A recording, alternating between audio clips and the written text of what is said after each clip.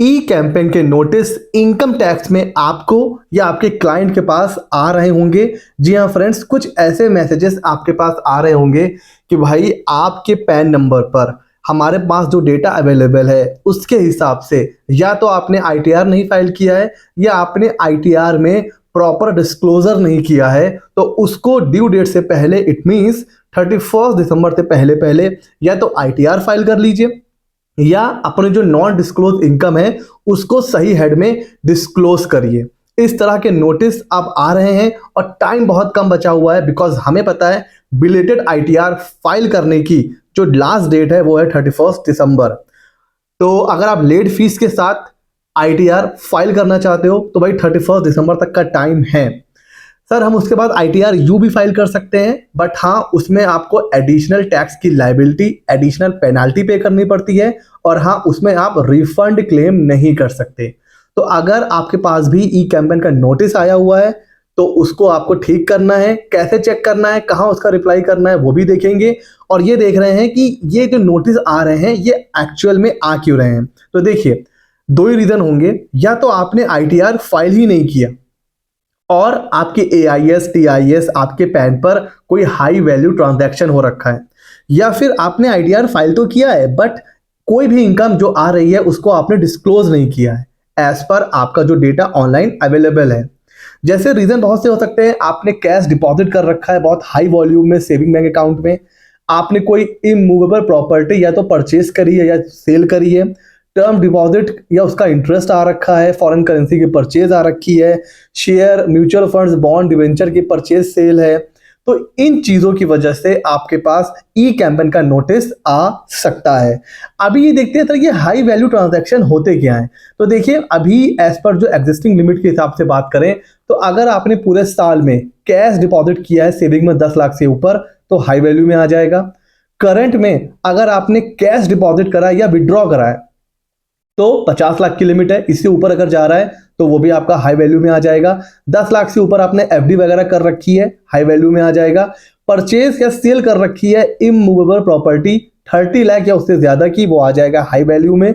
अगर आपने कोई गुड्स या सर्विस वो रिसीव करी है कैश के बदले में 2 लाख से या उससे ऊपर, वो भी हाई वैल्यू में आ जाएगा। कोई मोबाइल कोई कार अगर आपने कैश में परचेज कर रखा है भाई आ जाएगा। कोई आपने कैश पेमेंट कर रखा है डिमांड ड्राफ्ट का चालान का और कितना 10 लाख से ऊपर का, भाई नोटिस आ सकता है क्योंकि ये हाई वैल्यू में है। अगर आपने सेल परचेज कर रखी है shares debentures bond mutual fund की 10 लाख से ऊपर की, हाई वैल्यू है सर। आपने फॉरेन करेंसी परचेज कर रखी है 10 लाख या उससे ज्यादा की, सर हाई वैल्यू है। आपने क्रेडिट कार्ड का पेमेंट कर दिया पूरे साल में 1 लाख से ज्यादा कैश में अगर आपने पेमेंट किया है क्रेडिट कार्ड का तो सर वो हाई वैल्यू है।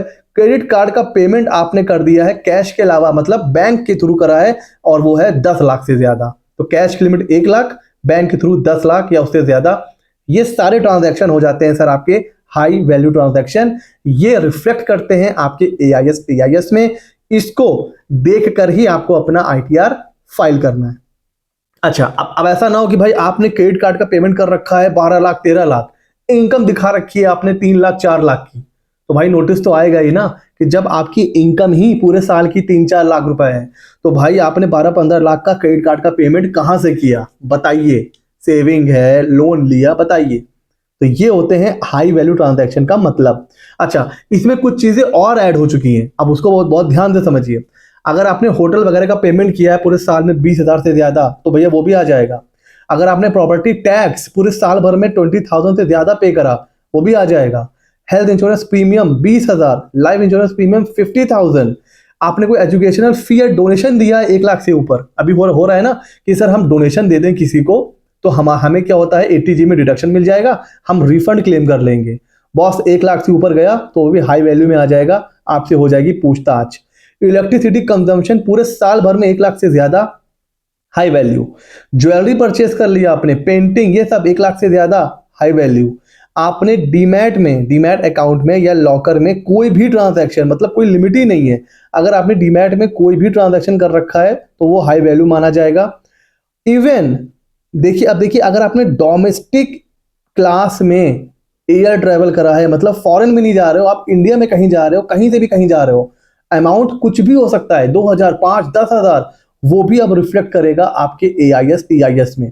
उसी तरह अगर आपने डिपॉजिट कर रखा है नॉन करंट अकाउंट में 25 लाख या उससे ज़्यादा और करंट में 50 लाख से ज़्यादा, तो ये भी अब क्या माना जाता है, हाई वैल्यू ट्रांजैक्शन।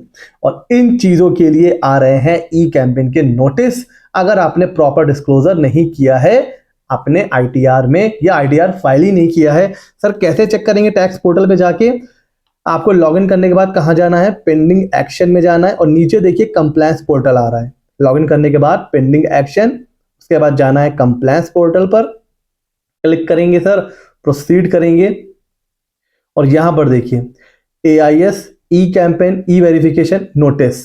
अब आपको ई कैंपेन में जाना है। अगर यहां पर कोई नोटिस होगा तो वहां पर देखिए सारी चीजें आएंगी, क्या टाइप है, क्या उसका डिस्क्रिप्शन है, कब इश्यू हुई है, उसका रिस्पॉन्स ड्यू डेट क्या है और यहाँ पर स्टेटस आएगा कि अभी आपने रिप्लाई किया है या नहीं किया है और यहीं पर आपको रिस्पॉन्स सबमिट करने का ऑप्शन भी आएगा।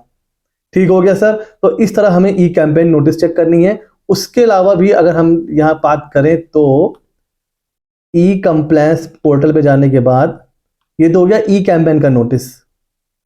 उसके बाद ई वेरिफिकेशन का अगर कुछ है तो यहाँ पर आएगा। अदर देन ई वेरिफिकेशन की नोटिस है, उसको भी आप यहाँ से चेक कर सकते हो। कोई टैक्स पेयर की नोटिस आई है, कोई नोटिस टू थर्ड पार्टी है, कोई टैक्स पेयर की कोई हिस्ट्री हो रखी है, ये सारी चीज़ें आप यहाँ से चेक कर सकते हो। तो सबसे पहले 31 से पहले पहले आपको लॉग इन करना है।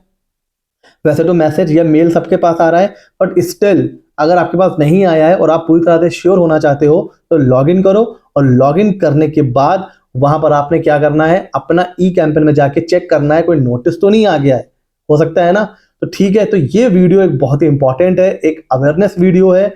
खुद भी चेक करिए, आपके क्लाइंट्स हैं उनको चेक करिए, अपने फ्रेंड्स को बताइए ताकि इन फ्यूचर वो किसी भी तरीके की लीगल कंप्लायंसेस, लीगल पेनाल्टी से अपने आप को बचा सके।